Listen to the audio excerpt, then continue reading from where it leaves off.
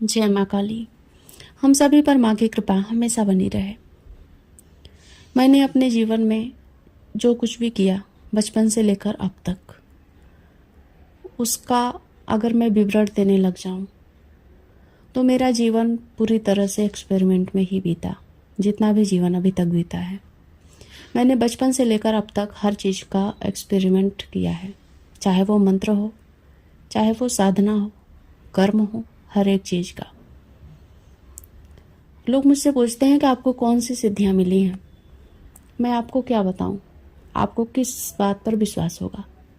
अगर मैं कुछ भी कहती हूँ, कौन सा भी सिद्धि के नाम बताती हूँ, क्या आपको विश्वास होगा? पहले आप खुद से पूछिए। मैं कुछ भी बोलूँगी, कुछ भी कहूँगी, आपको विश्वास नहीं होगा, फिर मेरे बताने का क्या मतलब है। तो सिर्फ इतना जानिए कि मैं माँ की भक्त हूँ और उसी भक्ति के सहारे मेरा जीवन चल रहा है। और जो कुछ भी मैंने अपने जीवन में एक्सपेरिमेंट किया है, जैसे कि मंत्रों को कहा मैंने, साधना को कहा, हर एक देवी देवता, जो कुछ भी मैंने अनुभव किया, उसी अनुभव के हिसाब से मैं आपसे बातें करती हूँ। आज की बातें हैं कर्मों के ऊपर, कि क्या कर्म को हम ख़त्म कर सकते हैं, यानी कि अच्छे कर्म करके बुरे कर्मों का प्रभाव ख़त्म किया जा सकता है।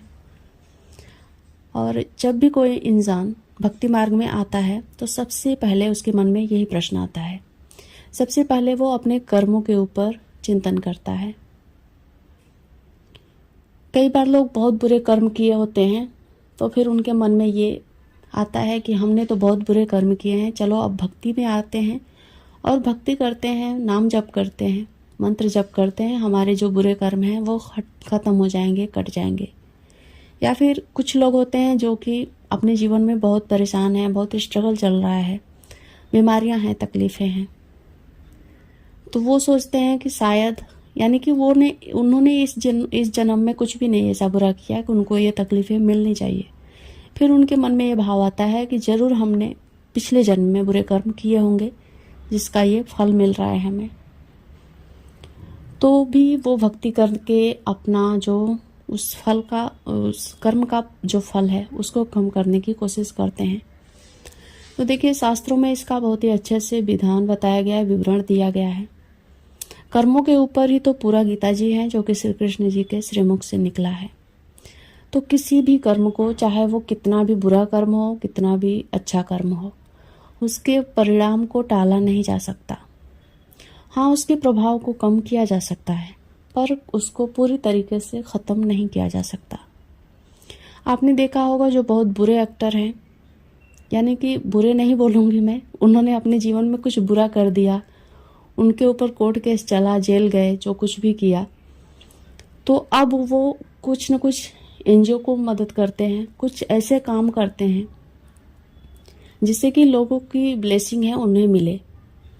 अब उन जो लोगों की ब्लेसिंग है, जो लोगों की दुआएं हैं, वो उनके जो बुरे कर्म हैं वो उसको ख़त्म तो नहीं करेगी, उसके प्रभाव को कम करने में मदद करती है।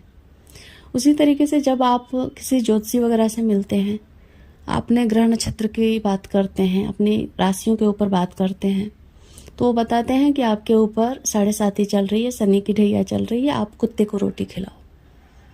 या फिर आपका शुक्र ग्रह खराब है, आप चींटियों को दाना दो। तो इस तरीके से वो कहते हैं। तो इसका क्या मतलब है? क्या कुत्तों को रोटी खिलाने से हमारा जो ग्रह है वो ठीक हो जाएगा? तो देखिए, ग्रह ठीक होना या ना होना वो ग्रह के हाथ में है, जो शनि देव हैं वही जाने। लेकिन जब हम कुत्ते को रोटी खिलाते हैं तो कुत्ता जो हमें ब्लेसिंग देता है, जो जानवर है, किसी भी जानवर की अगर बात करें, कोई भी जीव जंतु हो, कुछ भी हो, कोई भी गरीब इंसान हो, कोई इस सृष्टि में कोई भी जीव हो, जब उसको हम मदद करेंगे तो वो ज़रूर हमें ब्लेसिंग देगा, भले ही मुख से ना बोले। हमारे यहाँ एक कहावत है कि जो हमारा रोम रोम होता है ना, वो भी हमें दुआ देता है, भले हम मुख से ना बोले। तो उसी तरीके से है, अगर जानवर को हम हेल्प करेंगे तो हमें ब्लेसिंग देगा, और उस ब्लेसिंग से हमारी जो बुरे कर्म के प्रभाव हैं वो खत्म होंगे। अब बात करते हैं कि भक्ति करने से, मंत्र जाप करने से हमारे कर्म पर कितना प्रभाव पड़ेगा। तो देखिए, भक्ति करने वाले लोगों को कर्म तुरंत के तुरंत परिणाम देते हैं। अब फिर मैं अपने अनुभव की बात करूंगी। देखिए, जीवन में मैंने जितना भी एक्सपीरियंस किया है, मैंने पाया है कि अगर मैंने किसी को अपशब्द बोले और वो बंदा सामने वाला इनोसेंट है, उसकी गलती नहीं है, और मैंने उसको बेवजह अपशब्द बोल दिए जाने अनजाने, मैं भी अनजान थी पर मैंने अपशब्द बोल दिए, उसको कुछ बुरा भला कह दिया, तो होता यह है कि 3 से 6 महीने में ऐसा योग बनेगा कि आपके साथ भी ऐसी ही घटना घटित होगी, जिसमें आपको भी अपशब्द सहने को मिलेंगे।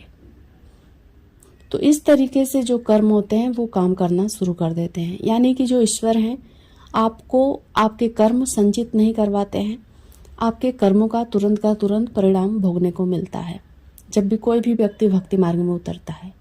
इसलिए ये देखा जाता है कि जो लोग भी भक्ति करते हैं वो बहुत ही ज़्यादा परेशान हो जाते हैं।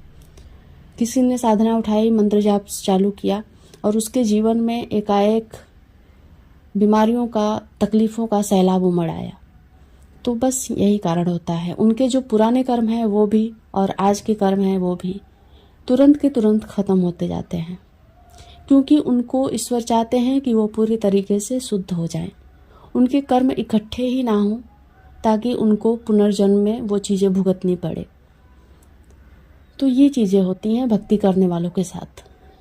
और जो लोग चाहते हैं कि हमारे जो कर्म है वो इकट्ठे ना हो, तो बस ईश्वर पर विश्वास करके आप शुद्ध मन से सिर्फ भक्ति करें। आपके लाइफ में जो कुछ भी परेशानी आ रही है उसको इग्नोर करना सीखें। सब कुछ ईश्वर की मर्जी समझकर अगर हम जीने लगते हैं तो जीवन सरल जरूर होता है। जय माँ काली।